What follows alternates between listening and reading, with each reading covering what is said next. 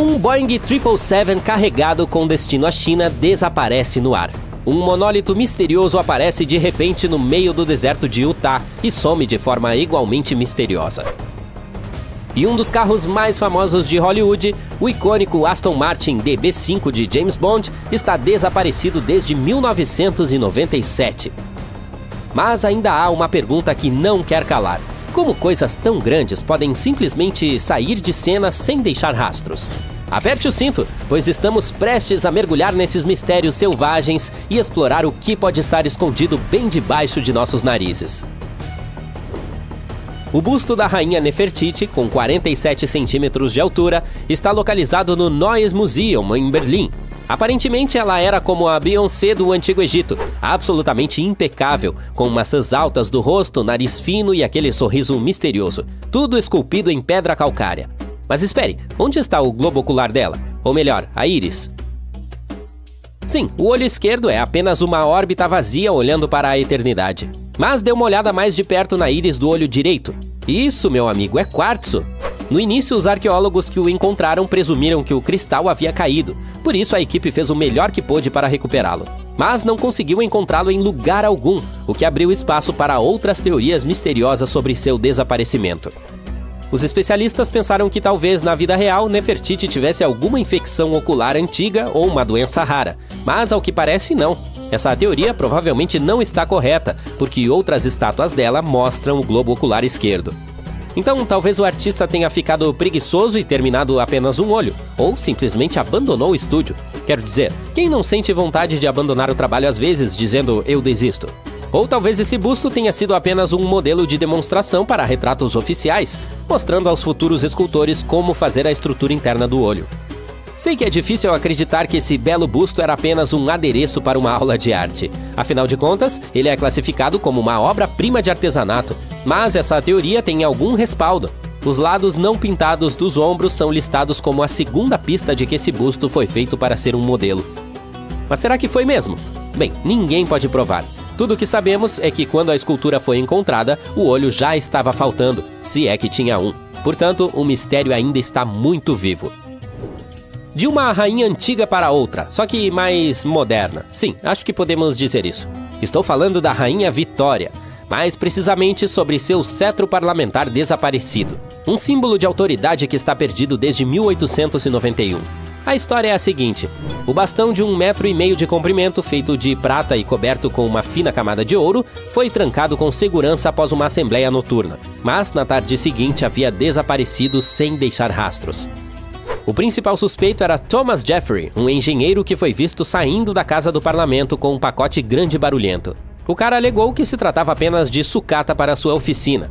Há também uma teoria sobre um construtor que usou uma janela aberta para entrar sorrateiramente e abrir o local, embora as impressões digitais no parapeito dela não tenham levado a lugar algum.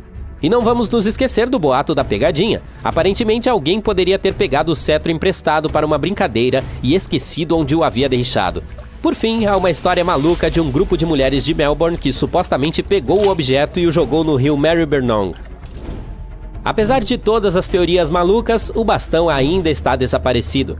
Ainda não sabemos quem o pegou, ou se algum dos suspeitos estava realmente envolvido. Mas quem fez isso provavelmente pensou que se tratava de algum tipo de tesouro valioso. Na realidade, quase não tinha valor, custando ao parlamento menos de 300 libras. Claro, isso equivale a cerca de 50 mil dólares hoje, o que não é nada ruim. Mas o que estou dizendo é que se o suspeito estivesse tentando ficar rico, teria sido muito mais fácil e lucrativo simplesmente pegar qualquer talher ou prato da sala dos palestrantes. Em 2020, um monólito de metal brilhante apareceu de repente no deserto de Utah, como um adereço de ficção científica que se perdeu. Com cerca de 3 metros de altura, parecia estar esperando que entidades cósmicas ou uma equipe de filmagem aparecessem. Mas em vez disso, o monólito ocupou o lugar central em um mistério da vida real. O monólito foi encontrado por um piloto de helicóptero que fazia uma contagem anual de ovelhas selvagens em uma área acidentada do deserto. Logo depois, a aparência sinistra do objeto chamou a atenção da mídia, gerando todos os tipos de teorias malucas. A maioria delas, é claro, envolvia extraterrestres, mas a minha favorita é a de que a peça foi criada por um artista de vanguarda que gosta muito de 2001, Uma Odisseia no Espaço. Enquanto todos se perguntavam, um fotógrafo relatou ter visto 4 homens entrarem, quebrarem o monólito e fugirem com os pedaços em um carrinho de mão. Sim, eles literalmente saíram rolando com a obra. Um deles até disse, "Não deixe rastros", como se estivesse fazendo um teste para um papel de agente secreto. Isso significa que, embora alguns estivessem sonhando com visitas interestelares, a ação real provavelmente foi muito mais realista. Ainda assim, o mistério do monólito de Utah continua sem solução. Ninguém sabe exatamente quem o pegou e ninguém o viu desde então. Sim, é isso mesmo. Embora as pessoas afirmem tê-lo visto sendo destruído, uma teoria sugere que essa estranha peça ainda pode estar intacta no quintal de um dos suspeitos. O diamante florentino é uma gema amarela clara, pesando impressionantes 137 quilates. Isso equivale ao tamanho de uma pequena noz, o que o torna enorme em comparação com os diamantes típicos encontrados em joalherias. Infelizmente, essa joia histórica está desaparecida, e sua história parece ter sido tirada diretamente de um romance de aventura. Tudo começou no século XV com Carlos, o Audaz, Duque de Borgonha. Quer dizer, nós achamos que sim, pois suas origens ainda são contestadas. A teoria número 1 diz que, quando ele teve seu infeliz fim, estava usando diamante. Então, um camponês ou um soldado supostamente viu a pedra amarela e achou que era apenas vidro, vendendo-a por um preço muito baixo.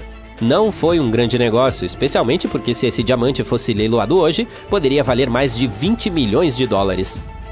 Algumas pessoas acham que essa história não passa de um conto, pois a primeira referência ao diamante vem muito mais tarde, em 1657, quando o viajante francês Jean-Baptiste Tavernier descreveu uma grande gema de propriedade de Fernando II de Médici, o grão-duque da Toscana. Então isso nos leva à teoria número 2.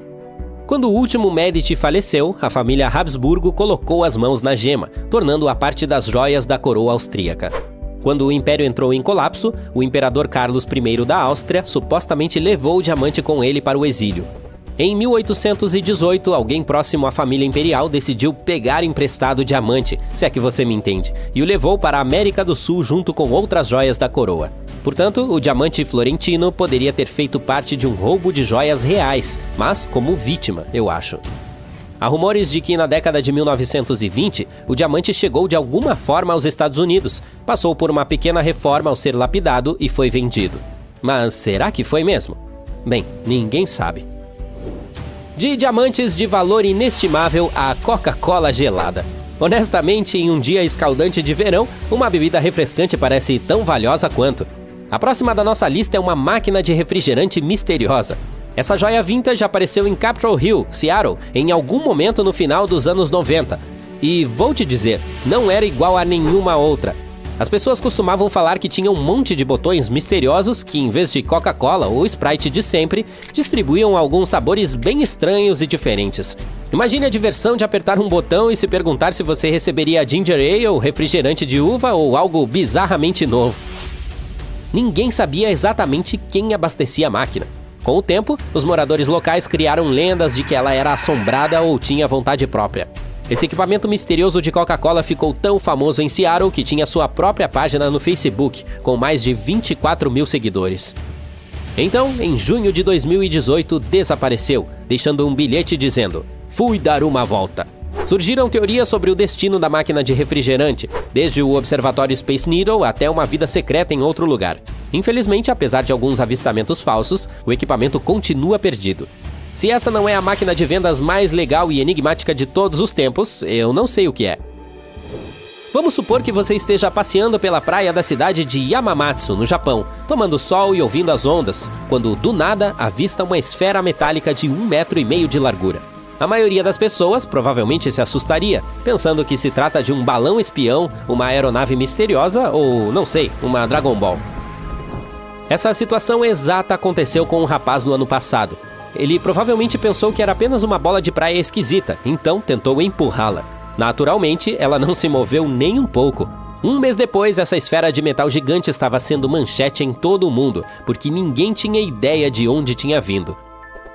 A polícia local, suspeitando que a bola pudesse ser perigosa, fechou a praia e se ocupou com raios-x.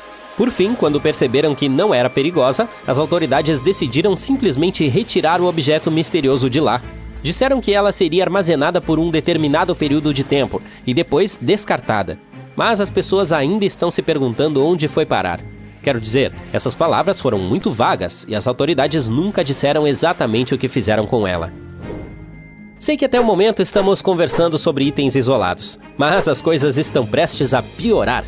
Mais de uma dúzia de esculturas, murais e instalações desapareceram em Baltimore, e ninguém parece ter ideia do motivo. Veja a The Guide, por exemplo, uma escultura de 4,5 metros de altura que ficou orgulhosamente do lado de fora do Baltimore City College por mais de 30 anos. Um dia, em 24 de abril, o Conservatório de Arte da cidade apareceu e, surpresa, surpresa, a escultura desapareceu. Mas espere, como uma enorme escultura de aço pode simplesmente sumir assim? Será que ninguém viu isso acontecer?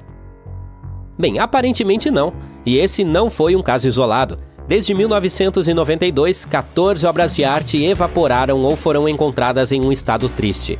Embora algumas pessoas estejam investigando o caso, até agora ninguém tem ideia do que aconteceu ou onde estão as obras.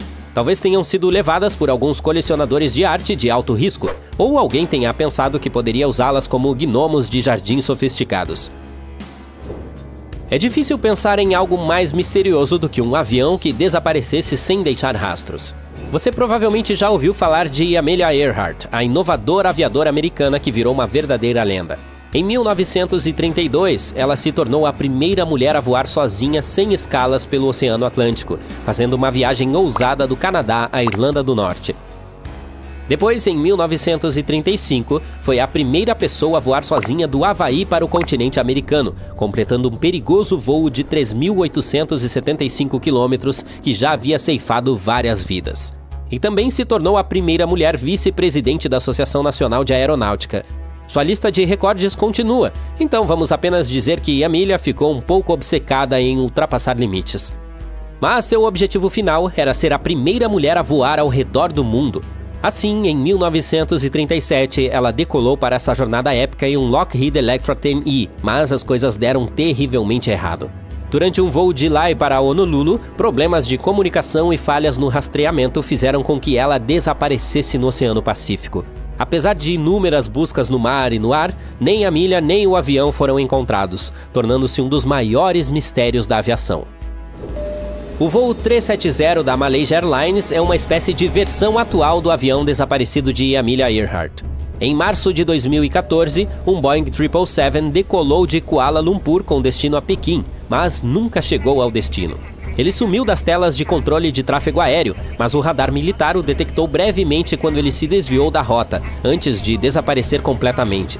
Imagine uma operação de busca maciça e de alta tecnologia que se estende do Mar do Sul da China até o Oceano Índico.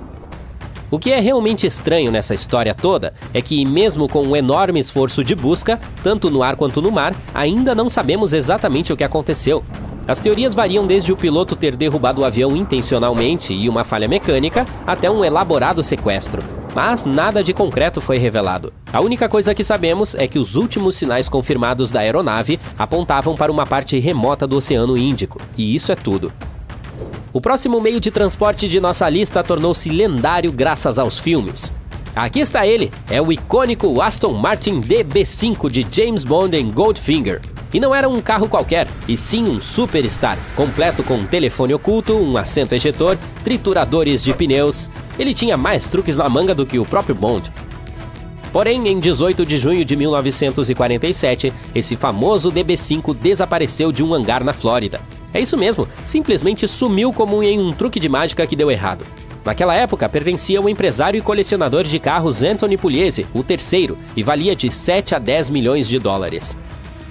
No entanto, não foi o melhor ato de desaparecimento. As marcas de arrasto de pneus no chão que ficavam para fora do hangar fizeram com que os investigadores pensassem que o veículo provavelmente foi puxado pelos eixos e carregado em um caminhão de plataforma. Se esse foi o caso, os ladrões provavelmente esperaram até o anoitecer para agir. Agora vamos às teorias. Algumas pessoas acham que ele foi enviado para um esconderijo secreto, talvez um palácio chique no Oriente Médio. Outras acreditam que pode ter sido afundado no oceano, no estilo de Bond. Há até um boato de que o próprio Pugliese escondeu o DB5 em um depósito em Nova Jersey. Apesar de uma recompensa de 6 dígitos e de um detetive atento ao caso, o paradeiro do lendário carro ainda é um mistério. A lista de objetos de Hollywood desaparecidos não para por aí, e Tony Stark talvez precise registrar um boletim de ocorrência na polícia. Em 2018, o traje original do Homem de Ferro usado por Robert Downey Jr. simplesmente sumiu de um depósito em Los Angeles. Aquele icônico traje vermelho e dourado do filme Homem de Ferro de 2008, avaliado em $325 mil, simplesmente, virou pó. Você acha que se alguém o levasse pelo dinheiro, pegaria mais coisas do depósito de objetos, certo? Ora, aquele lugar estava cheio de objetos de Hollywood. Mas não, a roupa foi a única coisa que se foi. Sem suspeitos à vista e sem outros itens desaparecidos, esse possível roubo parece que poderia ter sido realizado pelo próprio Thanos. Sabe, se ele não fosse, bem, fictício. O último item de nossa lista é de outro mundo, e quero dizer isso literalmente. Na década de 1970, após o Apollo 17, os astronautas Eugene Cernan e Harrison Schmitt pegaram uma rocha lunar e decidiram compartilhar um pedaço com o mundo. Quero dizer, por que não, certo? Assim, as autoridades cortaram a pedra. Na verdade, havia 3 fontes diferentes e enviaram 270 pedaços como presentes para diferentes nações ao redor do mundo. Hoje, mais da metade dessas pedras lunares de boa vontade desapareceram. Algumas simplesmente sumiram, enquanto outras foram jogadas no lixo. Por mais estranho que possa parecer, a pedra lunar da Irlanda acabou em um depósito de lixo em Dublin após um incêndio em um observatório. Joseph Gutierrez, um ex-agente da NASA, que se tornou um detetive de rochas lunares, está em uma missão para recuperar esses presentes cósmicos. Ele chegou a oferecer $10 mil pela pedra lunar desaparecida de Malta, mas ela ainda não foi encontrada. Aparentemente, essas rochas são como tesouros celestiais. Portanto, se você tiver uma perdida por aí, talvez queira verificar se ela está no radar de Gutierrez. Há um lugar na Terra tão perigoso que nem mesmo as criaturas mais temíveis da atualidade durariam um momento lá. Ele costumava existir no que hoje chamamos de sudeste do Marrocos, a terra chamada de Kemkem Beds. A história desse lugar remonta ao período Cretáceo, há cerca de 100 milhões de anos. À primeira vista poderia parecer um lugar lindo, uma floresta verde exuberante e rios brilhando ao sol, até você encontrar um dinossauro aterrorizante. Os leões ou tubarões de hoje não são nada comparados ao que os fósseis nos mostram. Os Kemkem Beds eram dominados por predadores terríveis e, acima de todos eles, 3 dos maiores dinossauros predadores já descobertos. Por exemplo, o espinossauro. Esse dinossauro era diferente de tudo que você possa imaginar. Um meio réptil, meio monstro com mais de 15,2 metros de altura, maior do que um T-Rex. Esse híbrido, com um focinho parecido com o de um crocodilo e uma vela em suas costas, caçava nas florestas. Mas esse dinossauro podia mergulhar nos rios, de modo que nem mesmo as águas estavam a salvo dele. Ele podia pegar peixes enormes como se os estivesse arrancando das águas rasas. Havia também o Carcharodontosaurus, um carnívoro cujo nome significa literalmente lagarto com dentes de tubarão. Seus dentes afiados podiam cortar a carne com uma facilidade assustadora. Esse monstro tinha quase a altura de uma casa e era mais rápido, mais forte e mais agressivo do que quase tudo que já havia andado na Terra. Havia também o Deltadromeus, um dinossauro parecido com uma ave de rapina criado para ser veloz. Era como um ninja que se movia rapidamente e perseguia sua presa com uma precisão terrível. Ah, e os céus também eram um lugar divertido, com todas essas criaturas pterossauros voando por aí. Essas criaturas são frequentemente confundidas com dinossauros voadores, mas na verdade eram de um tipo diferente, mais parecidos com primos próximos dos dinossauros. Esses répteis majestosos voavam acima dos leitos de Kemkem e tinham asas que podiam se estender por até 9,1 metros. Os dedos eram emplumados com um quarto dedo, como os morcegos. Eles podiam deslizar pelo ar com muita facilidade graças ao seu esqueleto super leve. Mas não foram apenas os dinossauros que tornaram as Kemkem Beds tão horripilantes. As águas também escondiam seus próprios segredos sombrios. Elas eram o lar de peixes gigantes e aterrorizantes e de criaturas semelhantes a crocodilos. Suas mandíbulas eram fortes o suficiente para esmagar ossos e eles estavam à espreita sob a superfície, esperando por qualquer coisa azarada o suficiente para tropeçar em seu caminho. Uma das criaturas do rio era o Sarcosuchus, também conhecido de Super Croc. Com cerca de 12,2 metros de comprimento, ele poderia facilmente engolir um ser humano adulto. Ou melhor ainda, ele poderia enfrentar um dinossauro adulto e vencer. Suas mandíbulas se abriam com uma força inimaginável e nenhuma criatura, nem mesmo o espinossauro, estava a salvo dele. Os selacanthus também ficavam nos rios. Era um predador monstruoso que podia facilmente engolir um peixe enorme inteiro. Eles tinham barbatanas assustadoramente nojentas que se moviam de forma semelhante à dos braços e pernas humanos. E eles também podiam levantar a cabeça como os humanos por causa de uma articulação especial em seu crânio. Eca! Fato curioso, pensávamos que esses monstros haviam sido extintos há 66 milhões de anos, juntamente com os dinossauros, mas recentemente nós os redescobrimos vivendo e prosperando no Oceano Índico. Na verdade, eles estavam apenas se escondendo nas águas profundas. Provavelmente eles nem perceberam o asteroide de dinossauros ou os humanos. E aí? Não se preocupe, ao longo de milhões de anos eles se tornaram basicamente inofensivos. Eles ficaram de 4 a 5 vezes menores, embora ainda pesem cerca de 90 quilos. Imagine como eles eram antigamente. As águas de Kem-Kem também abrigavam peixes-pulmão gigantes e outras criaturas aquáticas assustadoras. Portanto, você não podia nem beber ou nadar com segurança sem ser mordido por alguma coisa. Ufa, que lugar! Até as tartarugas lá eram do tamanho de carros. Imagine tentar sobreviver em um mundo onde criaturas como essas estão literalmente em toda parte. E eu quero dizer em todos os lugares. Esse lugar era único, não porque animais enormes viviam lá, mas por causa do grande número de predadores.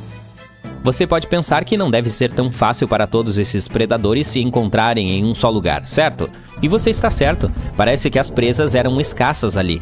Isso é ainda mais assustador. Todos os predadores simplesmente vagavam por ali, caçando qualquer vida escassa que restasse, e se não houvesse nenhuma, lutando entre si. Durante anos, os cientistas se perguntaram por que isso acontecia. Talvez fosse assim que a vida era naquela época e todos os cantos da Terra fossem loucos assim? Ou há algo de especial nesse lugar? Alguns até dizem que talvez seja apenas porque só encontramos fósseis de predadores, enquanto os animais normais e amigáveis desapareceram, e que o registro fóssil pode estar distorcido. Mas quem sabe?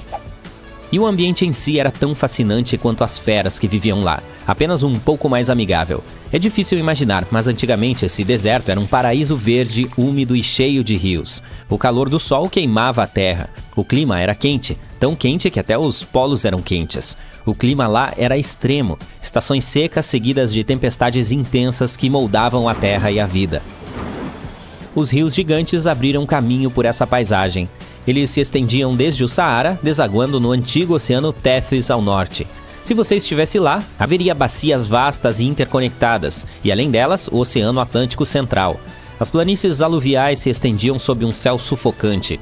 Os rios eram tão selvagens quanto os animais locais, fluindo preguiçosamente em um dia, mas furiosos como bestas furiosas no dia seguinte.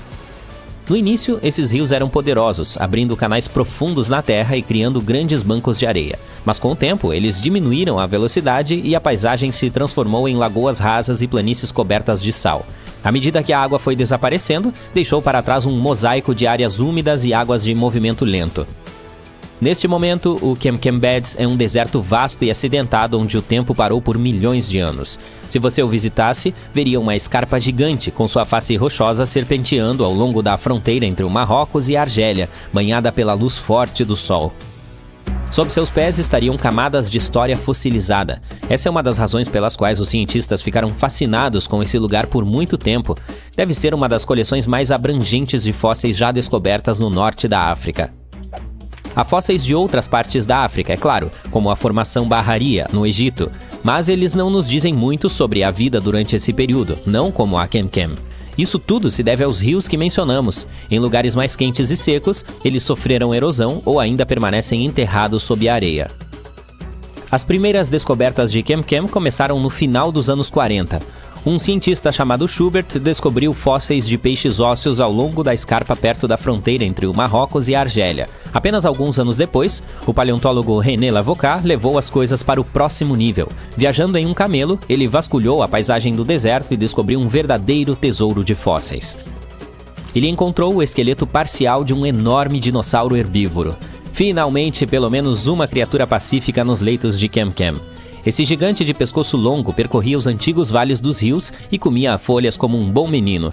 Nas décadas seguintes, os cientistas fizeram apenas expedições de caça a fósseis em pequena escala nesse local. Foram feitas descobertas modestas aqui e ali. Então, na década de 1970, o paleontólogo alemão Helmut Alberti levou sua equipe para os leitos de Kem-Kem. E foi aí que as coisas deram uma reviravolta. Eles descobriram fósseis de peixes pré-históricos, crocodilos, dinossauros e pedaços do infame Spinosaurus. Imagine ser um dos cientistas daquela equipe. Eles provavelmente estavam pulando de emoção. Em meados da década de 1990, o jogo dos fósseis mudou radicalmente. Novas espécies incríveis foram identificadas nos leitos de Kemkem. Ao longo dos anos, o ritmo das descobertas só se acelerou. Os paleontólogos, munidos de novas ferramentas e técnicas, descobriram mais fósseis do que nunca. E ainda há mais por vir. Era o início do século XX e dois rivais, Robert Scott e Roald Amundsen, iniciaram suas expedições para se tornarem as primeiras pessoas na história a chegar ao Polo Sul. A corrida não foi fácil e terminou de forma trágica para Scott. Amundsen venceu e montou sua barraca no polo antes de seus rivais. Um membro da expedição de Scott, conhecida como Terra Nova, o geólogo britânico Thomas Griffith Taylor, não apenas sobreviveu às condições adversas, mas também fez uma descoberta inesperada. Em 1911, ele encontrou uma cachoeira do que parecia ser sangue na base rochosa da geleira, que agora leva seu nome. Os cientistas precisaram de mais de um século para descobrir o que está por trás dessa coloração sinistra. Uma equipe de cientistas americanos viajou para a geleira Taylor com poderosos microscópios eletrônicos para analisar seu conteúdo. Estudos anteriores haviam arranhado a superfície do enigma carmesim, mas ninguém havia feito uma análise em grande escala de sua composição mineralógica. Esses pesquisadores lançaram mão de todo um arsenal de equipamentos analíticos e detectaram pequenas nanoesferas ricas em ferro. Essas partículas minúsculas, com 1/100º do tamanho das células vermelhas do sangue humano, são originárias de micróbios antigos. Elas florescem abundantemente nas águas de derretimento da geleira Taylor. Essas nanoesferas estão repletas de ferro, silício, cálcio, alumínio e sódio, formando uma composição única que pinta a água subglacial com um tom vívido de vermelho. Essas nanoesferas não têm a estrutura cristalina usual encontrada nos minerais, razão pela qual os métodos de detecção anteriores não conseguiram detectá-las. As profundezas geladas da geleira Taylor abrigam uma antiga comunidade microbiana que prosperou em isolamento por milhares ou possivelmente até milhões de anos. Essa descoberta pode nos ajudar na busca por vida fora da Terra.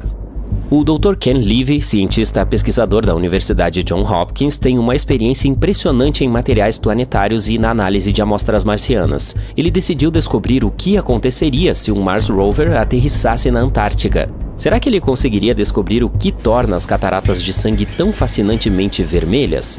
Assim, os pesquisadores trataram as Blood Falls como um local de pouso marciano simulado. Eles usaram técnicas inspiradas nos rovers que exploram o planeta vermelho. As amostras coletadas foram enviadas para as instalações de processamento da Johns Hopkins.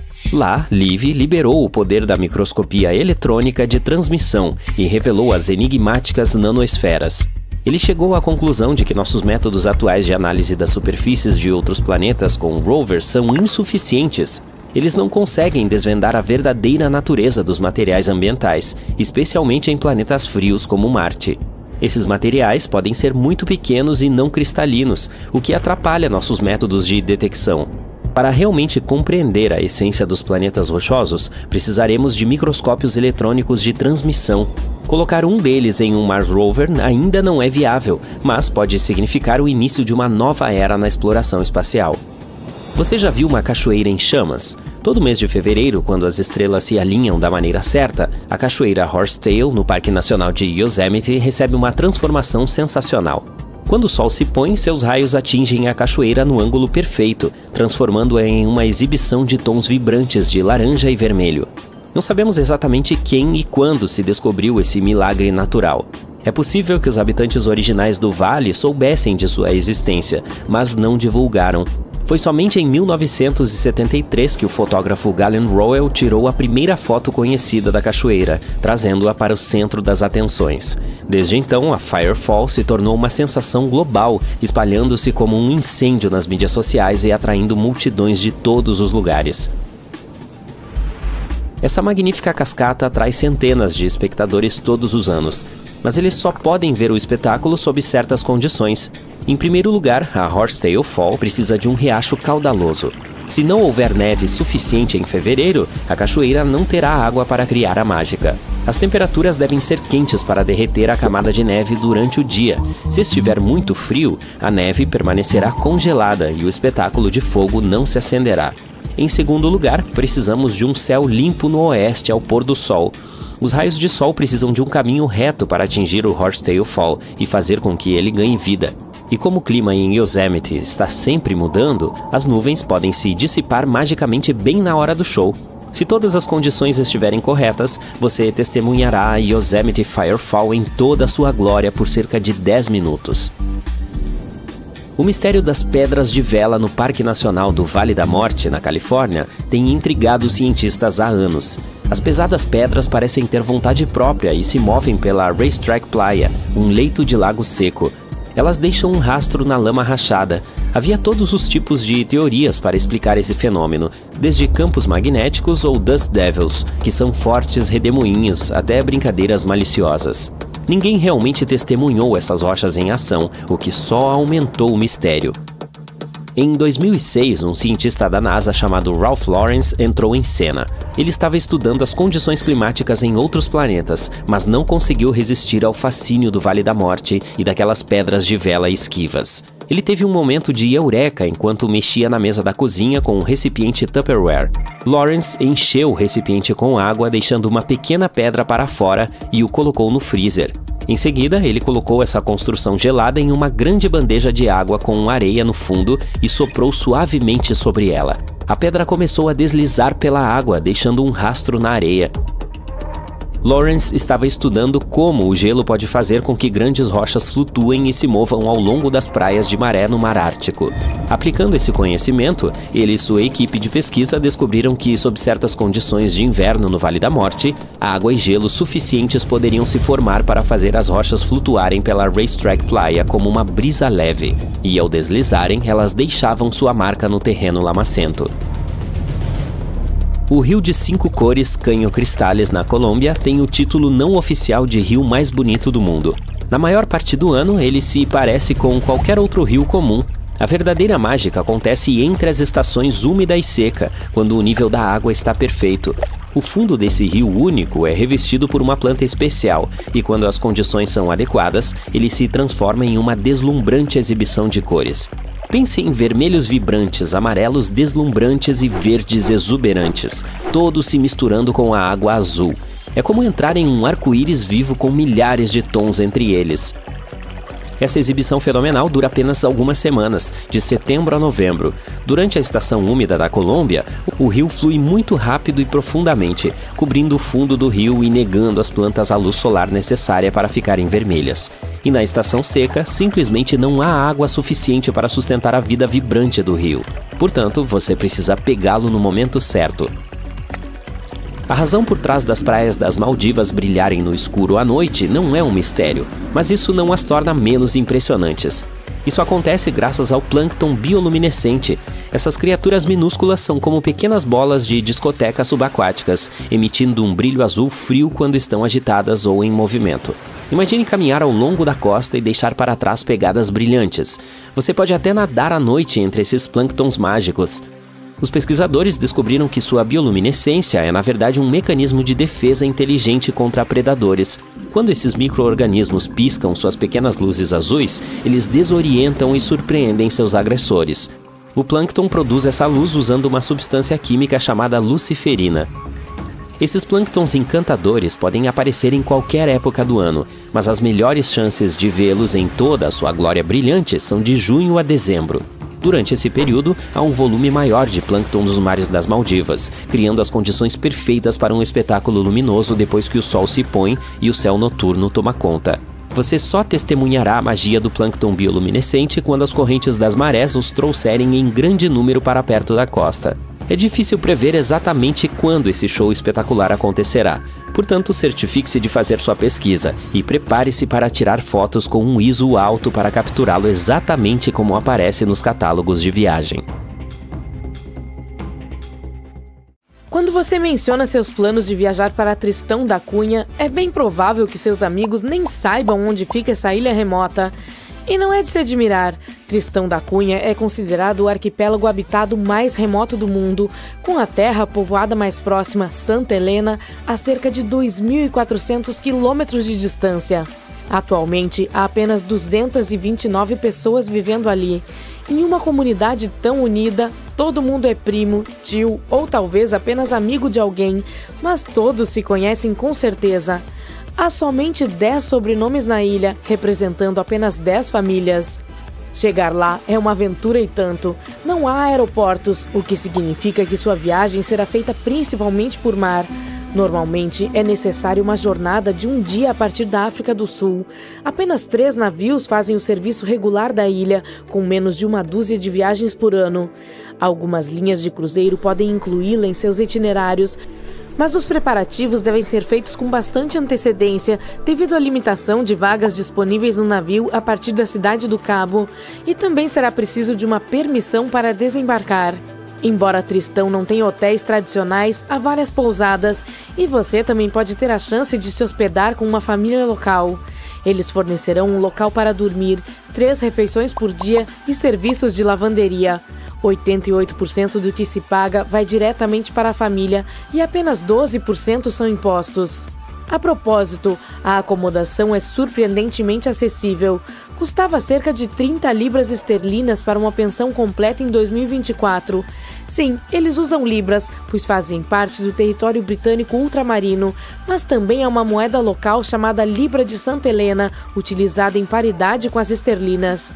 Aliás, faz apenas 80 anos que a ilha passou a usar dinheiro de verdade.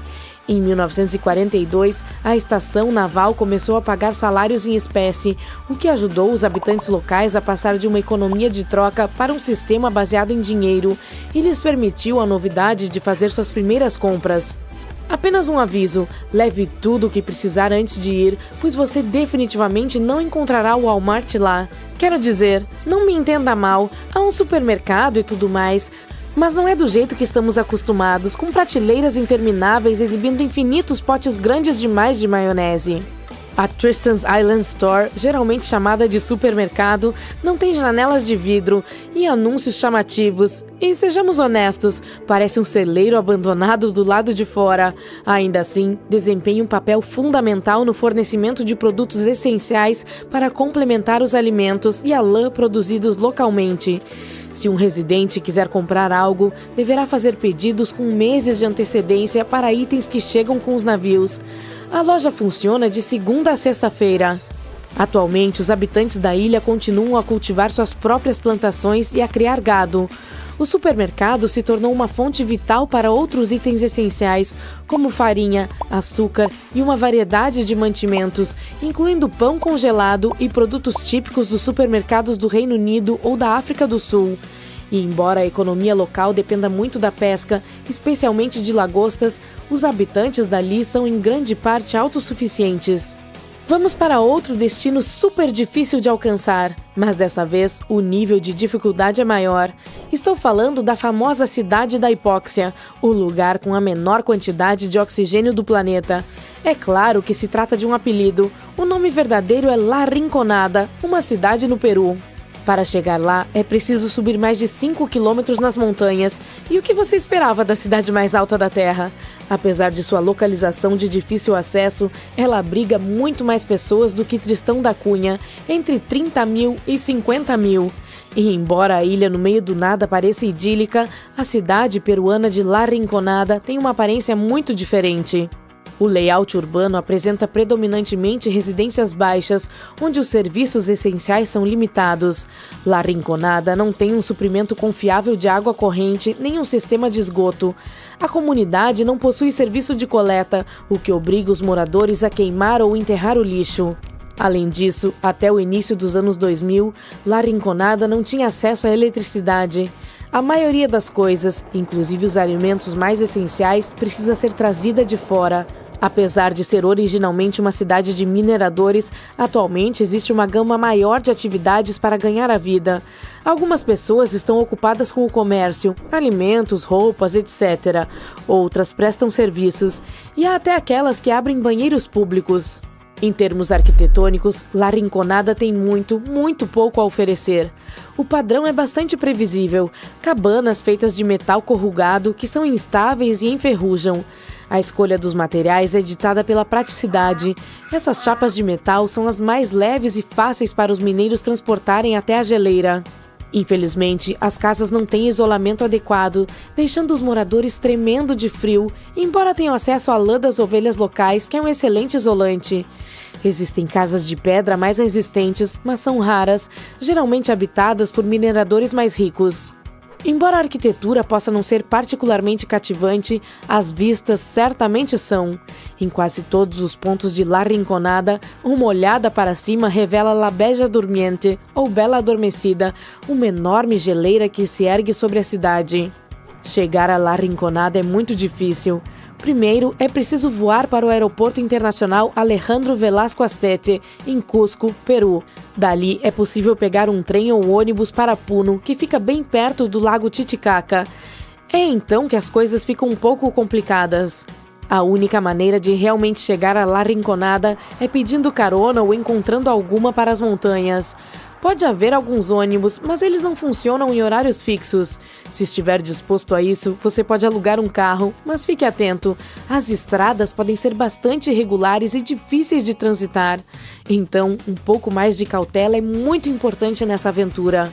Ao contrário de Tristão da Cunha, onde o dinheiro foi adotado na década de 1940, La Rinconada não depende muito dele.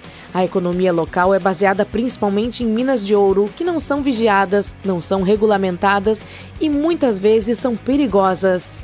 Os mineiros trabalham por 30 dias em um sistema de cachorreio, no qual, no 31º dia, tem permissão para pegar o máximo de minério da mina que puderem carregar como forma de pagamento.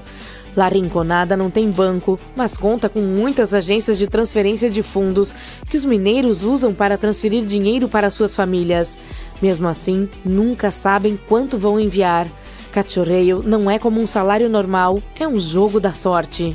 Nosso próximo destino é Svalbard, um lugar que pode parecer pouco acolhedor devido ao seu clima.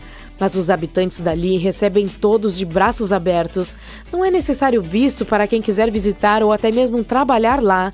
Localizada perto do topo do mundo, Svalbard oferece um charme único e remoto.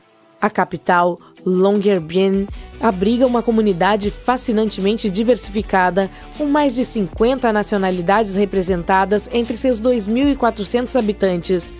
Dá até para ver um urso polar passeando pela cidade de vez em quando. A área habitável é compacta, com apenas uma mercearia, e as ruas são numeradas em vez de nomeadas, o que contribui para a sensação distinta do lugar. Longyearbyen também conta com um centro universitário com cerca de 300 alunos. É interessante notar que todos precisam aprender a usar armas de fogo para se proteger na região selvagem. Originalmente foi fundada como uma cidade mineradora, assim como La Rinconada, mas o foco mudou principalmente para o turismo. No entanto, uma tradição peculiar permanece de seus dias de mineração. Visitantes e residentes tiram os sapatos ao entrar em hotéis e restaurantes, uma prática nascida da necessidade de manter a poeira do carvão afastada. O último destino de hoje é a Ilha Palmerston, um remoto atol de coral nas Ilhas Cook, localizado a cerca de 465 quilômetros a noroeste de Rarotonga. O famoso viajante James Cook visitou a ilha em 16 de junho de 1774 e, na época, ela era desabitada, apesar de terem sido encontrados túmulos antigos. Atualmente, a ilha abriga uma pequena população de apenas 25 habitantes, principalmente descendentes do marinheiro inglês do século XIX, William Masters. Ele chegou em 1863 com 2 esposas polinésias e depois acrescentou uma terceira. O cara teve 23 filhos. A pesca é o principal pilar da economia local, que se assemelha a uma vida de subsistência devido ao isolamento do pedaço de terra.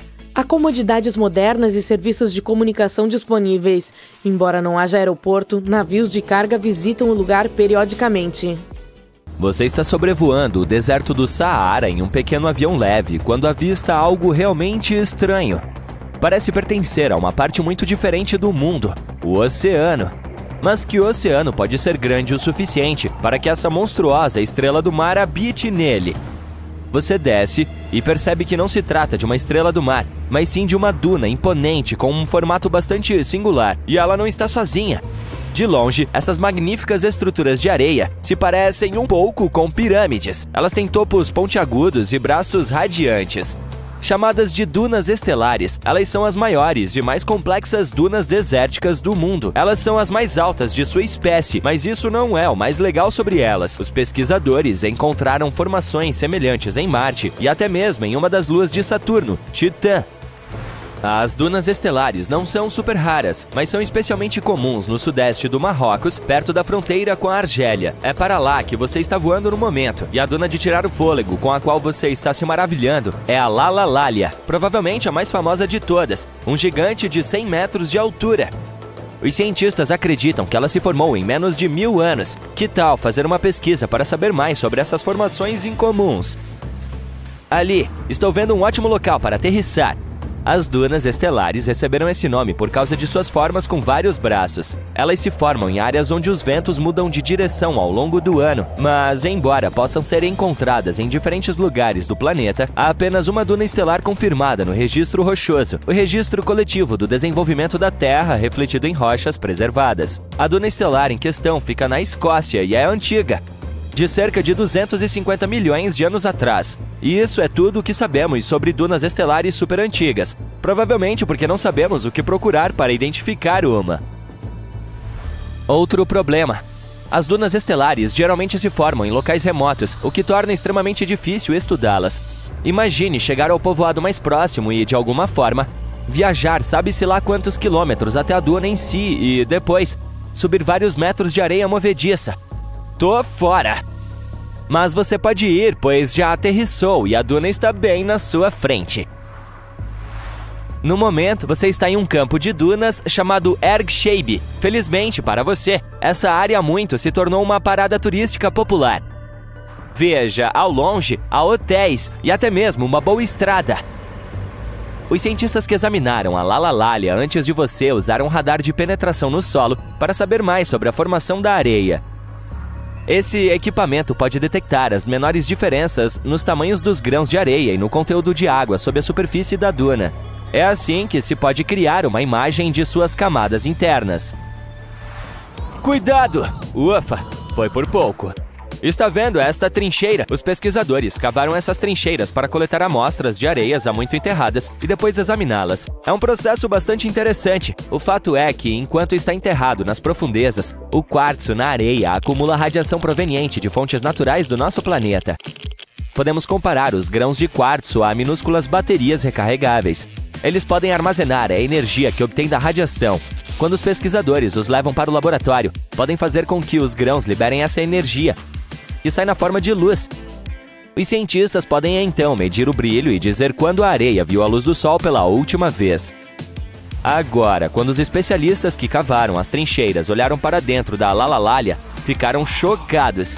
A enorme formação se revelou muito jovem, para uma duna, é claro. É de se esperar que uma duna com várias centenas de metros de altura seja bastante antiga, como milhares ou dezenas de milhares de anos. Mas esse não era o caso, bem, pelo menos não totalmente. A parte superior da duna completou 900 anos recentemente. Mas veja a areia perto da base da duna. Sim, bem ali. Bem, ela foi enterrada ali há cerca de 12 ou 13 mil anos, representando as antigas dunas da região. Essas boas e velhas dunas estiveram ativas por alguns milhares de anos, mas depois algo deu errado, porque durante incríveis 8 mil anos, a areia não estava se acumulando ali. Um mistério. Os cientistas podem ter uma explicação. Veja bem, a primeira parte desse período de silêncio ocorreu durante a época em que o clima se tornou quente e úmido. Sim, até mesmo no Saara. Isso aconteceu há cerca de 11.700 anos. Foi o fim da última era glacial e o início de uma nova era, o Holoceno. E adivinha só, o Saara ficou verde. Começou a florescer como jardim botânico local. Plantas começaram a surgir por toda parte, estabilizando a areia. Se você tivesse visitado o Saara durante esse período, não teria reconhecido esse lugar. Mas provavelmente teria se deparado com humanos vagando por paisagens pantanosas e caçando alimentos. Os pesquisadores encontraram fragmentos de cerâmica e ferramentas de pedra em um dos lados de Lala Lalia. É verdade que, à medida que as dunas de areia se formam e mudam ao longo de suas vidas, elas engolem e protegem antigos vestígios de vida. Basta cavar bem e você poderá encontrar algo que lhe dará uma janela para o passado. Podem ser fósseis antigos, qualquer coisa, desde conchas e corais fossilizados até plantas pré-históricas. Eles podem oferecer informações preciosas sobre a história do nosso planeta e dos seres vivos que habitavam determinadas regiões. Agora, pode ser um choque, mas no deserto do Saara, os cientistas descobriram répteis marinhos bem preservados e peixes fossilizados dentro das camadas dessas antigas dunas de areia. Esses são os restos mortais da época em que o Saara era coberto por mar há milhões de anos. De qualquer forma, é hora de deixar esse antigo paraíso se quiser sobreviver. Há 4.000 anos, o período úmido chegou ao fim e o Saara secou novamente. É interessante notar que nossa duna não começou a se formar imediatamente. Durante algum tempo, a areia provavelmente passou por ali sem se acumular, ou a duna pode ter começado a crescer em um local diferente. E essa é uma teoria válida, pois os cientistas descobriram recentemente que a Lalalália se desloca cerca de meio metro por ano. Ela também acumula cerca de 6.400 toneladas de areia todo ano. Bem, se você se inspirou em sua viagem pelas dunas e agora está ansioso para explorar mais delas, tem uma notícia desagradável. Infelizmente, embora possa haver dunas estelares presas em arenitos em todo o mundo, elas são muito difíceis de se detectar. O problema é que elas são enormes, mas não têm uma única característica que as diferencie. Portanto, você precisaria de leitos de rocha expostos muito grandes se quiser ter uma visão ampla o suficiente para identificar uma duna estelar. Pelo lado positivo, certamente há lugares onde é possível fazer essa pesquisa, mas você deve estar preparado para saber que ela pode ser apenas um conjunto de várias características que se parecem com outras dunas. Mas, se você as combinar, dirá: "Ah, é provável que seja uma duna estelar." Comente abaixo se você gostaria de fazer uma viagem em uma busca de uma duna estelar. Enquanto isso, continuaremos nossa jornada. Você decide descansar um pouco e começa a descer pela lateral da duna. É aí que você começa a ouvir sons terríveis e assombrosos. Será que tem fantasmas por perto? Não se preocupe, você está seguro. Você já deve ter ouvido falar de um fenômeno chamado areias cantoras. Ao caminhar por algumas encostas arenosas, você perturba os grãos de areia. Eles se esfregam uns contra os outros, produzindo atrito que, por sua vez, cria essas melodias sinistras. A cada passo, a areia sob seus pés ganha vida em um coro fantasmagórico de assobios e sussurros. Os sons variam de zumbidos baixos a lamentos altos e agudos, como se uma sinfonia de outro mundo estivesse ecoando pelas dunas. Mas é claro que os cientistas têm sua própria explicação prática, atribuindo esse fenômeno às condições atmosféricas adequadas combinadas com o tamanho, a forma e o teor de umidade exclusivos dos grãos. Agora você quase chegou ao fundo da duna, mas cuidado com as faces de deslizamento. Quando uma duna de areia atinge uma certa inclinação, ela desenvolve um declive. Essa é a face de deslizamento de que eu estava falando. Essa inclinação geralmente fica no lado de sotavento da duna e é protegida do vento predominante.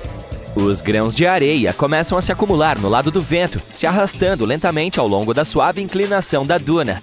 Em um determinado momento, eles chegam ao topo, a gravidade assume o controle e eles começam a deslizar para baixo, provocando um efeito cascata. Parece uma avalanche de areia em miniatura, e eu não gostaria de ficar em seu caminho. Ufa! Finalmente você pode enviar o último relatório do dia e respirar fundo. O fim de semana está chegando. Mas quando está prestes a clicar em enviar, você se assusta com o barulho embaixo da sua mesa. Será que é o trem passando? Infelizmente, não é esse o caso. É um vulcão falando. O quê? Aqui, no Arizona? É isso mesmo. O solo continua se movendo sobre o Arizona, lembrando-nos de que a Terra está viva. Mas não entre em pânico. Vamos nos munir de algum contexto. 20 estados americanos têm vulcões extintos, ativos e inativos, atualmente dormindo. Entre esses estados estão Califórnia, Novo México, Nevada, Utah e Colorado. Pelo lado positivo, os vulcões do Arizona estão dormentes no momento, mas isso não significa que eles não explodirão em um futuro próximo, ou não tão próximo. Agora, que tal viajar para o Arizona para verificar os vestígios de seu passado vulcânico ativo? Eles pontilham as paisagens desérticas desse estado como manchas pontilham um dálmata. Há campos vulcânicos inteiros a sudoeste de Phoenix, a leste de Douglas, perto de Flagstaff, ao norte de Kingman e perto da fronteira com o México. O mais preocupante sobre esses campos é que, embora não estejam ativos no momento, as erupções nessa região ocorrem a cada 1000 anos ou mais. Bem, parece que o tempo está acabando. A última erupção vulcânica poderosa e destrutiva ocorreu há cerca de 1000 anos na cratera do Pôr do Sol. Vale a pena prestar mais atenção nesse lugar. E é o que faremos, mas um pouco mais tarde. Primeiro, temos que falar sobre os hotspots. Não é aquele lugar onde você pode navegar na web. Em nosso contexto vulcânico, um hotspot é um local em que quantidades insanas de calor derretem a crosta sobrejacente, a fina camada externa da Terra, e formam vulcões. Esse calor sobe do manto, que está localizado entre o núcleo denso e superaquecido do nosso planeta e a crosta. Quer ver um exemplo desse tipo de vulcanismo? Bem-vindo às Ilhas do Havaí. A Ilha Grande tem seus vulcões ativos porque no momento está situada no topo do hotspot havaiano. As ilhas havaianas mais antigas também já estiveram lá, porém mais tarde elas se afastaram em direção ao noroeste. Isso aconteceu porque foi nesse ponto que a crosta oceânica sobre a qual elas se encontravam, ou seja, a placa do Pacífico, se deslocou. Agora, observe as bacias oceânicas do mundo. Sim, elas estão literalmente repletas de ilhas que ficam em cima de pontos quentes, como o Havaí, Islândia, Samoa, Galápagos. Esses são provavelmente os exemplos mais famosos. Mas não pense que os continentes não podem abrigar hotspots. Eles podem, mas são muito menos comuns. Um dos pontos quentes continentais mais famosos é... aposto que você conhece. Sim, aquele sob a caldeira de Yellowstone. A propósito, a caldeira é uma vasta cratera vulcânica, especialmente uma formada como resultado de uma erupção maciça que levou ao colapso da boca de um vulcão. O hotspot de Yellowstone é basicamente o criador do Old Faithful e do restante das fontes termais e dos poços de lama pelos quais o Parque Nacional é famoso. Falando em Old Faithful, vamos fazer um pequeno desvio e prestar mais atenção a essa maravilha da natureza. Ele é um dos geysers mais conhecidos do mundo. Há mais de um século, pessoas de todas as partes do planeta vêm vê-lo. O interessante desse geyser é que ele só pode se formar em condições muito específicas, por isso é muito raro. O magma sob a superfície superaquece bolsões de água subterrânea. A pressão ali continua crescendo, até que por fim empurra a água para cima com uma força imensa. Uma determinada rocha vulcânica, riolito, com alto teor de sílica, reveste o túnel por onde essa água escapa. Basicamente, ela cria um tubo exclusivo que pode suportar a pressão e o calor inacreditáveis criados pela água que entra em erupção acima do solo. Old Faithful foi o primeiro geyser nomeado em Yellowstone. Se você for visitá-lo esperando que ele entre em erupção de hora em hora, ficará desapontado. Em média, o Old Faithful entra em erupção a cada 91 minutos, o que também não é tão ruim. Além disso, você pode fazer o download de um aplicativo especial que fornecerá o horário aproximado da próxima erupção. Mas tenha muito cuidado ao visitar e fique longe do local. A água que entra em erupção do poderoso geyser chega a 95 graus Celsius. O vapor é ainda mais abrasador, chegando a 176 graus Celsius. É quente o suficiente para assar um bolo. Mas vamos voltar aos nossos hotspots vulcânicos. Os cientistas ainda não entendem claramente por que não há muitos vulcões de hotspots na crosta continental. Um dos motivos pode ser o fato de a crosta continental ser muito mais espessa do que a crosta oceânica, que é cerca de 4 vezes mais espessa em média. Outro motivo pode ser o fato de a maior parte da crosta terrestre, cerca de 2/3 dela, ser oceânica. Isso significa que há menos crosta continental sob a qual os pontos quentes podem se formar. Agora, aposto que aqueles que moram no Arizona vão gostar das informações a seguir. Falaremos sobre um campo vulcânico bem no coração desse estado, o Campo Vulcânico de São Francisco. Essa é uma área enorme com mais de 600 vulcões. Sim, a maioria deles é pequena, mas isso não os torna menos impressionantes. Eles estão espalhados por 4.660 km² no norte do Arizona, um território gigantesco. É interessante notar que os cientistas ainda estão discutindo se esse campo vulcânico está realmente situado no topo de um ponto quente. Mas em uma coisa eles concordam: os vulcões nessa área ficam mais jovens à medida que você se desloca para o leste. E esse padrão coincide com a placa norte-americana se movendo para o oeste sobre o que poderia ser um hotspot estacionário sob a superfície do nosso planeta. Legal, não é? A agitação vulcânica nessa área começou há cerca de 6 milhões de anos. Portanto, em termos geológicos, é relativamente jovem.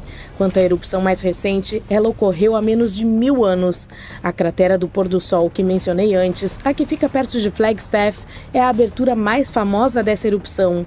O povo Sinagua teve de deixar suas casas em Wupatki Pueblo por causa da erupção. Esse local agora faz parte do Monumento Nacional Wupatki. Lá, você pode ver como as pessoas viviam nessa região vulcânica há muitos anos. Se você for explorar essa área, perceberá que a maioria dos vulcões é formada por cones de cinzas de basalto, pequenos e íngremes. O Planalto do Colorado tem condições climáticas bastante secas. É por isso que os vulcões não se desgastaram muito. Alguns dos melhores exemplos desses cones, como este chamado de Cratera SP, ainda parecem ter surgido ontem. Mas olha ao redor, não são apenas cones de cinzas. O campo vulcânico de São Francisco também tem um estratovulcão, bem como alguns domos de lava que se formaram a partir de rochas vulcânicas, riolito e dacito, com mais sílica do que o basalto que pode ser encontrado em lugares como o Havaí. Isso significa que elas são mais espessas e não fluem tão facilmente. De qualquer forma, o estratovulcão será uma das vistas mais épicas que você encontrará ao explorar esse campo vulcânico. Bem, não o estratovulcão em si, mas os picos de São Francisco, os restos dessa formação gigante. Eles têm mais de 3.840 metros de altura, o que equivale a 4 Burj Khalifas e meio colocados um em cima do outro. Isso faz com que os picos sejam um dos maiores marcos do norte do Arizona. Eles não são apenas impressionantes, mas também sagrados para o povo nativo americano que viveu na área por muitas gerações. Agora, ao contrário dos vulcões superativos do Havaí, o campo vulcânico de São Francisco leva seu tempo, milhares de anos entre as erupções.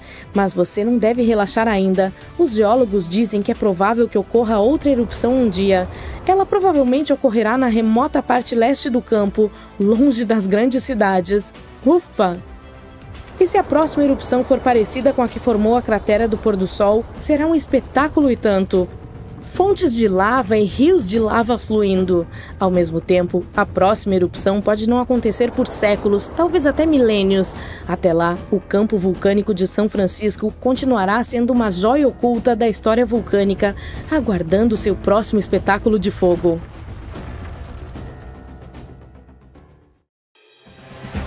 Prepare-se para mergulhar no Mar de Mistérios, também conhecido como Mar Negro. É o maior corpo de água do mundo, maior do que todo o estado da Califórnia. Possui dezenas de navios perdidos e alguns túneis subaquáticos secretos, e algumas pessoas acreditam que se trata de uma antiga pedreira que foi extraída em 6 estágios.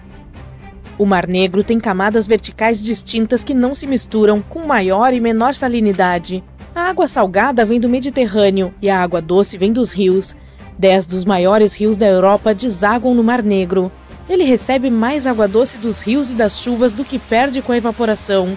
A água extra flui pelo Bósforo até o Mar de Mármara. Há 2 fluxos que atravessam o estreito. O fluxo superior sai do Mar Negro e retira a água da superfície. O fluxo inferior transporta a água salgada do Mediterrâneo para o Mar Negro.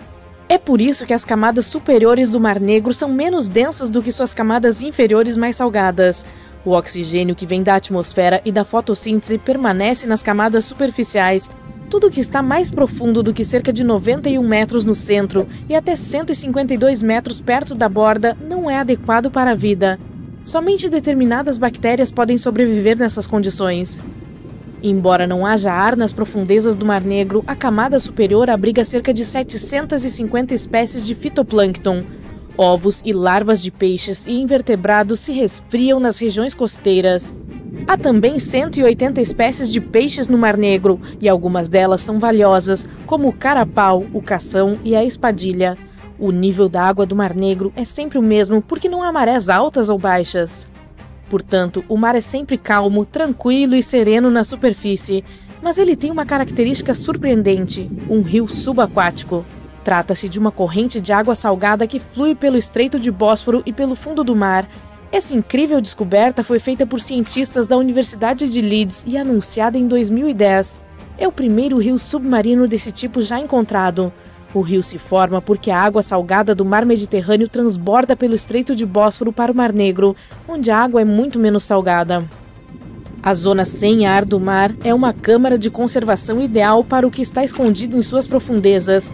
O Mar Negro é como um tesouro para naufrágios e nós os descobrimos por acidente. Alguns arqueólogos marítimos estavam estudando os níveis do mar para ver a rapidez com que a água subia após a última era glacial e encontraram mais de 40 naufrágios até então desconhecidos como um bônus completo. Os pesquisadores usaram 2 veículos operados remotamente para explorar o fundo do mar e os destroços. Graças a eles, temos um vídeo e imagens tridimensionais detalhadas dos navios, que foram reunidas a partir de milhares de fotos de alta resolução.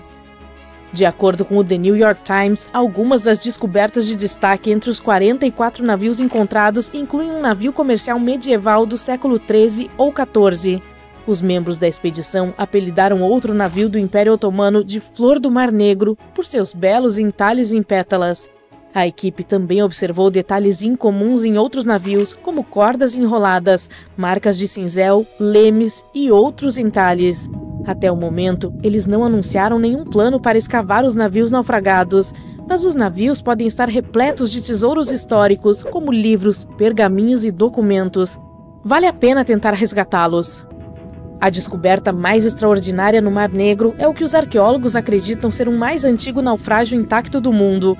Ele está sendo mantido intacto há mais de 2.400 anos.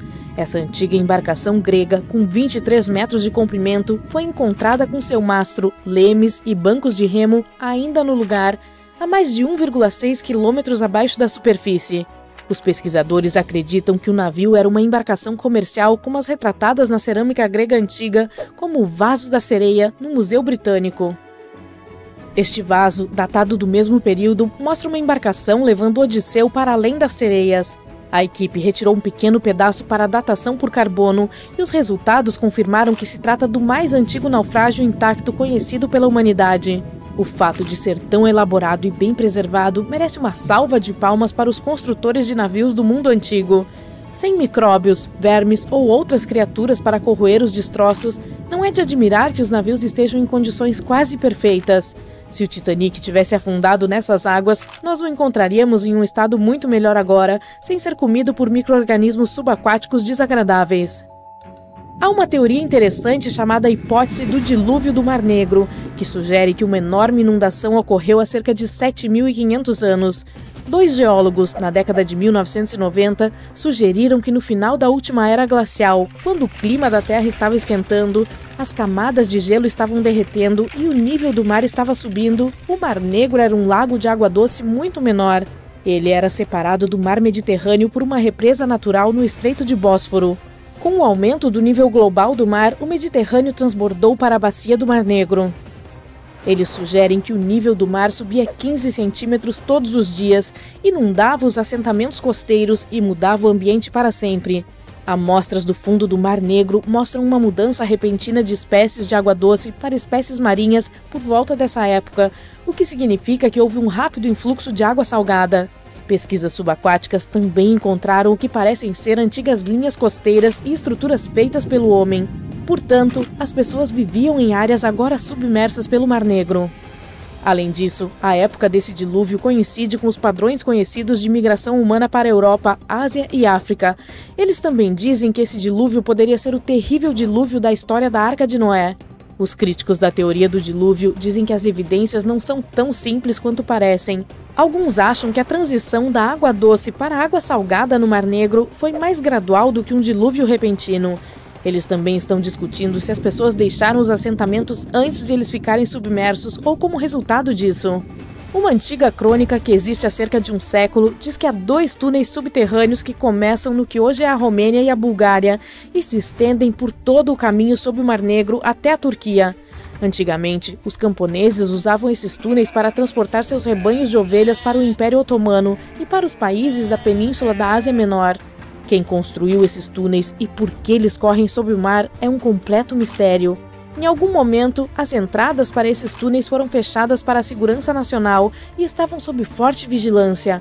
As forças de segurança sabiam tudo sobre esses enormes túneis e os mantinham fora de alcance. Na década de 1980, um grupo de pessoas que trabalhava no canal Danúbio-Mar Negro encontrou acidentalmente outra entrada para esses túneis misteriosos. Essa entrada ficava em um cemitério em uma cidade da Romênia. Os trabalhadores do canal o usavam regularmente para atravessar para a Bulgária. Outra coisa interessante sobre esses dois túneis é que algumas pessoas acham que eles foram construídos há milhares de anos. Se você tentar cavar um túnel sob o mar, saberá como é complicado, mesmo agora, com toda a tecnologia que temos. Portanto, se os túneis são realmente tão antigos, quem os construiu era muito avançado para a época. Há uma lenda urbana que diz que o Mar Negro tem sua própria versão do Triângulo das Bermudas. Os pescadores descrevem um redemoinho selvagem que aparece do nada e arrasta bandos inteiros de pássaros, navios e até mesmo pequenas ilhas para o fundo do mar. E certa vez, as coisas ficaram ainda mais selvagens com um navio que desapareceu em condições estranhas em 1944. Foi durante o dia e uma névoa negra com brilhos verdes cintilantes de repente cercou o navio. Ninguém nunca mais a viu, e ninguém sabe ao certo se essa história é verdadeira, mas ela certamente acrescenta um toque assustador aos mistérios do Mar Negro. O Lago Michigan é um dos maiores e mais misteriosos lagos de água doce dos Estados Unidos. E agora, em suas profundezas, os cientistas se depararam com algo inexplicável. Vastas crateras redondas espalhadas por todo o fundo do lago. Tudo começou em 2022. Uma equipe de pesquisadores queria mapear o fundo do lago e procurar por navios naufragados. No início, eles tinham certeza de que seria apenas um terreno rochoso típico ou manchas de areia. Mas o que viram em suas telas de sonar os deixou espantados. Estranhas formas circulares que pareciam perfeitas demais para serem naturais. Elas estavam escondidos a cerca de 150 metros abaixo da superfície, em locais onde a água fica escura e impenetrável. Esses caras são enormes, variando de 90 a 183 metros de largura. Eles também estão mergulhados a quase 12 metros de profundidade, e há dezenas deles, organizados ordenadamente como pegadas, mas ninguém fazia ideia do que essas coisas eram. Então, em agosto de 2024, o mistério só se aprofundou. Usando um veículo operado remotamente, foi possível observar mais de perto essas formações. Havia cerca de 40 delas. Ninguém havia visto nada parecido com isso antes nos Grandes Lagos. O que poderia ter criado tais crateras? Elas poderiam ser antigas, talvez remanescentes de algum evento geológico perdido no tempo. Se for esse o caso, é estranho o tempo que esses buracos provavelmente ficaram parados ali, sem serem perturbados. Diversas teorias começaram a surgir. Uma possibilidade era que eles poderiam ser sumidouros ou dolinas. Basicamente, são buracos que aparecem repentinamente no solo quando a camada superficial entra em colapso. A rocha abaixo da superfície, geralmente feita de calcário, é dissolvida lentamente pela água ao longo do tempo, criando vazios no subsolo. Quando a superfície acima desses vazios não consegue mais suportar seu próprio peso, ela cede, e isso forma um buraco. Pense nisso como quando você enfia um canudo no lacre de uma bebida. Os sumidouros podem ser pequenas depressões ou enormes, chegando a extensões de até 610 metros. Eles podem ocorrer gradualmente ou de uma só vez. Às vezes, podem engolir carros inteiros ou até mesmo edifícios. E o Lago Michigan está situado em um leito rochoso de calcário. Ele sofre erosão com muita facilidade quando a água passa por ele. Já foram encontrados sumidouros como esses no Lago Huron e eles são bastante parecidos. Mas há alguns buracos na trama sem trocadilhos com essa teoria. Por exemplo, é incrível como todos eles são tão grandes. Também é estranho e muito raro que os sumidouros ocorram em um leito de lago. Eles também se assemelham a um padrão reto, parecem se estender geralmente em direção ao sul, formando uma linha solta, o que é bastante estranho. Se forem sumidouros, definitivamente não estão seguindo as regras geológicas usuais. No entanto, pode ser que haja algum processo novo e incomum em ação sob a superfície do lago que ainda não descobrimos. Mas há outra teoria: glaciares. Os glaciares são rios de gelo selvagens. Eles cobriam grande parte da Terra durante a última era glacial e são incrivelmente poderosos. embora possam se mover lentamente, às vezes apenas alguns centímetros por dia, têm um peso tão grande que podem remodelar paisagens inteiras ao longo de milhares de anos. Os glaciares podem triturar e escavar a terra abaixo deles. São basicamente como escavadeiras colossais. Seu peso, combinado com um movimento lento, mas constante, tritura tudo o que está abaixo deles. Rochas, solo, até mesmo o leito rochoso, o que pode criar sulcos profundos na superfície da Terra, chamados de calhas glaciais. Durante a Idade do Gelo, havia muitos glaciares em todo o norte dos Estados Unidos, inclusive na região dos Grandes Lagos. Se eles se tiverem se deslocado pelo que hoje é o Lago Michigan, poderiam ter criado esses buracos profundos. Os glaciares geralmente se movem em um caminho bastante reto. À medida que se movem, provocam a erosão do terreno, mas a erosão resultante varia de acordo com o terreno. Às vezes, há lugares onde o leito rochoso é mais macio ou fraturado, e esses lugares são mais facilmente esculpidos e esmagados pelos glaciares. Isso poderia explicar por que alguns buracos podem ser maiores e mais profundos do que outros, já que a rocha mais dura é menos afetada. Mas geralmente isso leva a depressões arredondadas em forma de meia-lua, conhecidas como marcas de vibração. Essas marcas são mais parecidas com sulcos do que com grandes crateras circulares, como as do Lago Michigan. Quando os glaciares derreteram, os grandes lagos se formaram. Se as crateras foram formadas por eles, podem ter se enchido de água, tornando-se parte do Lago Michigan. Embora essa teoria seja mais uma especulação, precisamos de mais evidências. No entanto, há outra camada nesse mistério. As crateras não são apenas formações geológicas curiosas. Na verdade, elas podem conter pistas valiosas sobre a vida primitiva na Terra. Partes do Lago Michigan, especialmente as escuras, são relativamente pobres em oxigênio. É como uma versão mais leve dos ambientes oceânicos profundos que geralmente têm muito pouco desse elemento. Por exemplo, as fontes hidrotermais nas profundezas do oceano, aberturas subaquáticas na crosta terrestre com água quente e rica em minerais, que geralmente têm muito pouco oxigênio. Mas alguns organismos adoram lugares como esses. Por exemplo, o camarão-gambá, criaturas minúsculas parecidas com camarões que adoram águas frias e profundas. Receberam esse nome porque têm uma bolsa para carregar seus filhotes até que estejam prontos para viver por conta própria, como um gambá. Ou o escorpião de água profunda, um pequeno peixe que vive no fundo e também gosta de lagos frios. Eles são bem adaptados para viver em águas escuras e geralmente ficam perto do leito do lago. E organismos estranhos, como os mexilhões quagga invasores, que parecem conchas. São pequenos mexilhões de água doce que se espalharam pelos grandes lagos. Eles se prendem a superfícies duras e podem causar problemas para os ecossistemas, competindo com as espécies nativas por alimento e espaço. Todos esses tipos podem estar no Lago Michigan e até mais. Pode haver micróbios ou até mesmo bactérias especialmente adaptadas a essas condições adversas, assim como no Lago Huron.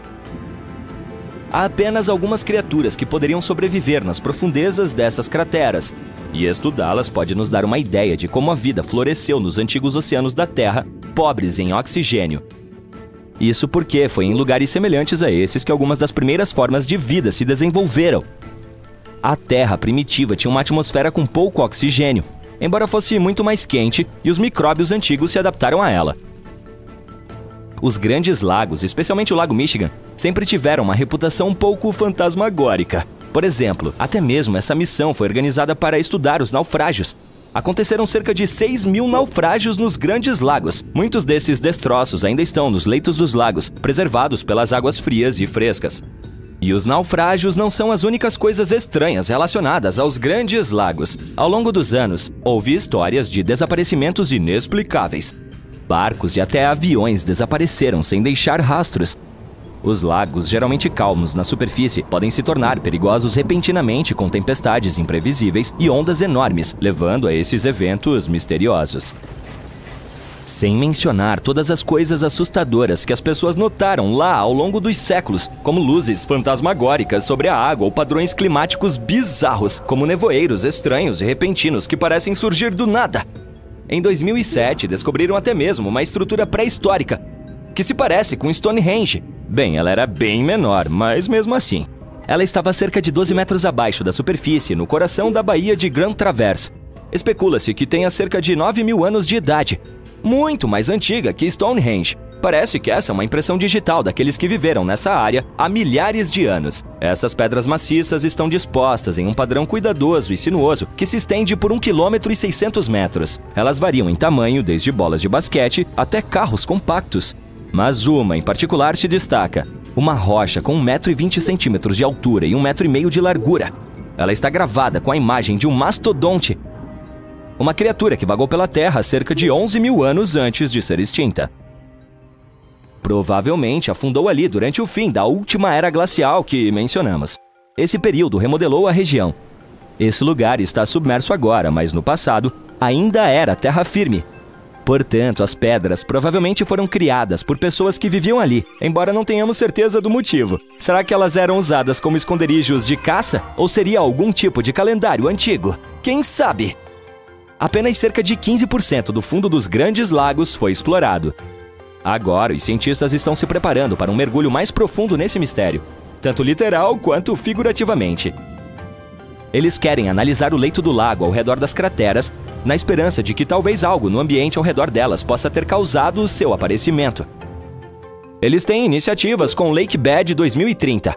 Essas missões devem mapear toda a paisagem subaquática, o que nos ajudaria a aprender muitas coisas interessantes sobre o Lago Michigan e o passado do nosso planeta. Quem sabe que outros segredos essas águas escuras escondem? Milhares de anos atrás, um enorme meteoro pesando 2 milhões de toneladas se chocou contra a Terra a uma velocidade de cerca de 90 mil km por hora. Parece uma grande coisa, e foi mesmo. Ele, de fato, criou o Lago Lonar em Maharashtra. Quando visto de cima, ele pode parecer com qualquer outro lago. Mas a areia é magnética e faz com que as bússolas fiquem confusas. Em primeiro lugar, é um lago de soda. Não está cheio de Coca-Cola. É apenas outro nome para um lago alcalino. Os níveis de pH variam de 9 a 12, enquanto os humanos gostam de faixas de 6,5 a 8,5.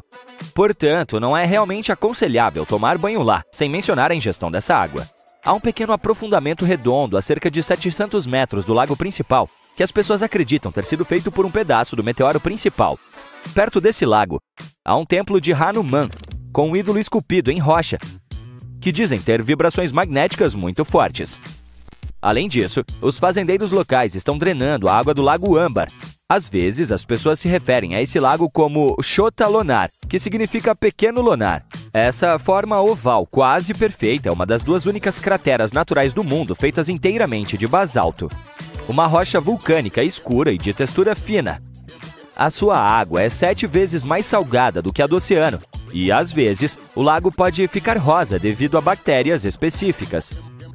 Sempre que você abre uma torneira para encher um copo d'água, a água vai de cima para baixo por causa da gravidade.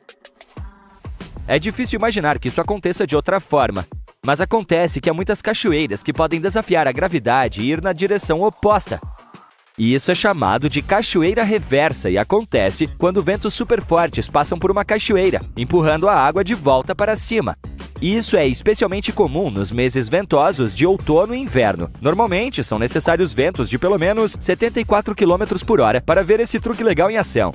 Na verdade, isso não é tão raro quanto se pensa, e essas cachoeiras invertidas selvagens podem ser encontradas em todo o mundo, da Austrália à Índia, Japão, Reino Unido e Estados Unidos.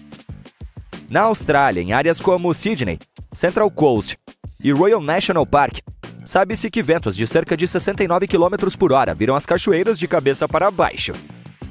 Sim, é tudo uma questão de o vento ir tão rápido. Por favor, deixe de lado todos aqueles mitos estranhos sobre o fato de a Austrália estar no hemisfério sul, como aquele sobre a água do vaso sanitário correr na direção oposta.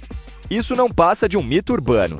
Na Índia, perto de Mumbai, e em lugares como Sandon Valley e Amboli Hills, as cachoeiras são sopradas para cima durante as monções. E se você estiver na Ilhas Faroé, poderá testemunhar esse fenômeno único que acontece regularmente devido à geografia da região e aos ventos fortes do Atlântico Norte.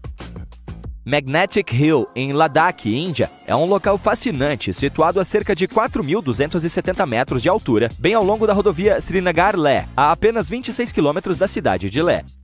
Ele é conhecido por um truque gravitacional peculiar em que os carros estacionados misteriosamente rolam morro acima quando deixados em ponto morto, desafiando a lógica e chamando a atenção de visitantes de todas as partes. Os habitantes locais têm seus próprios mitos, considerando-o como um caminho entre o céu e a terra. Você vai querer passar por lá entre junho e setembro, quando o tempo está bom e o efeito da ilusão de ótica está no auge.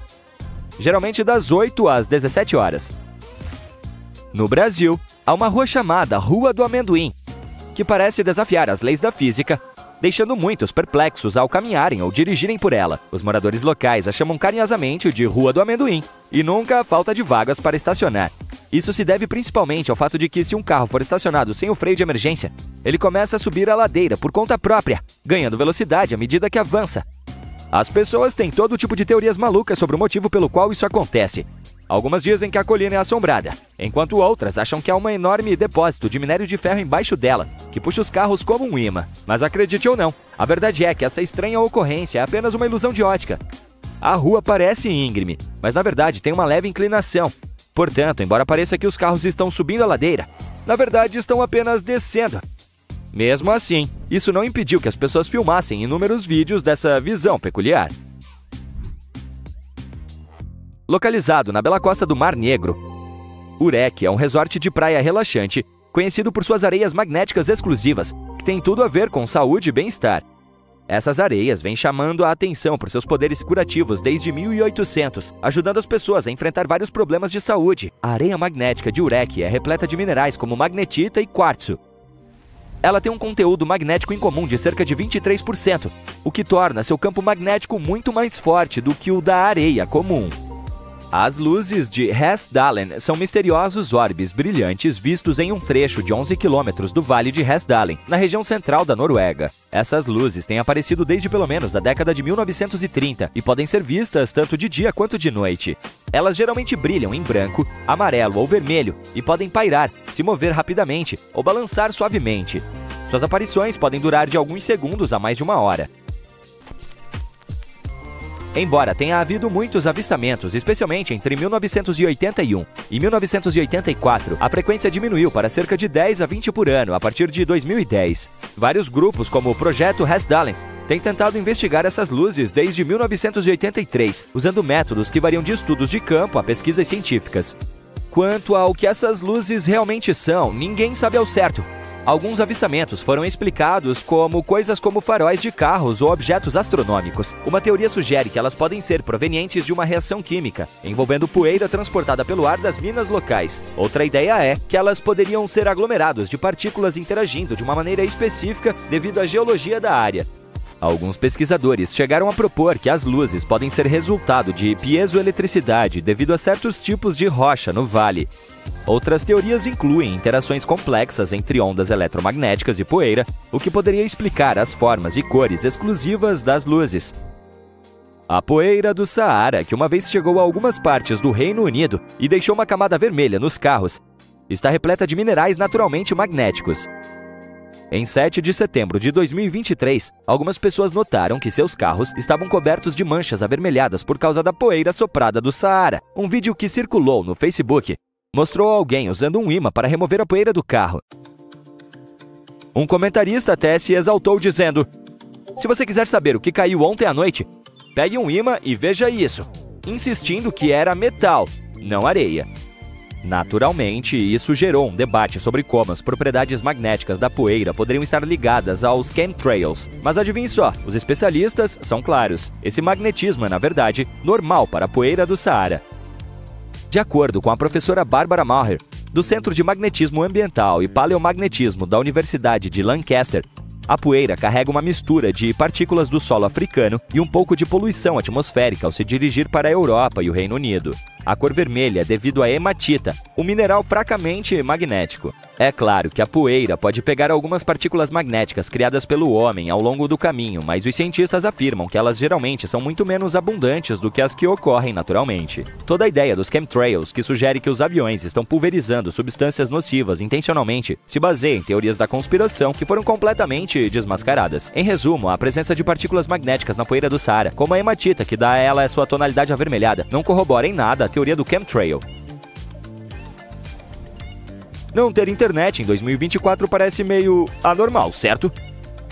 Quando falamos de acesso à internet, ele se resume principalmente a conexões com fio, redes móveis e satélites.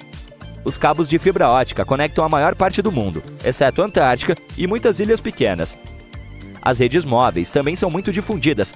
Mesmo em áreas remotas como o Saara, você pode encontrar acesso irregular.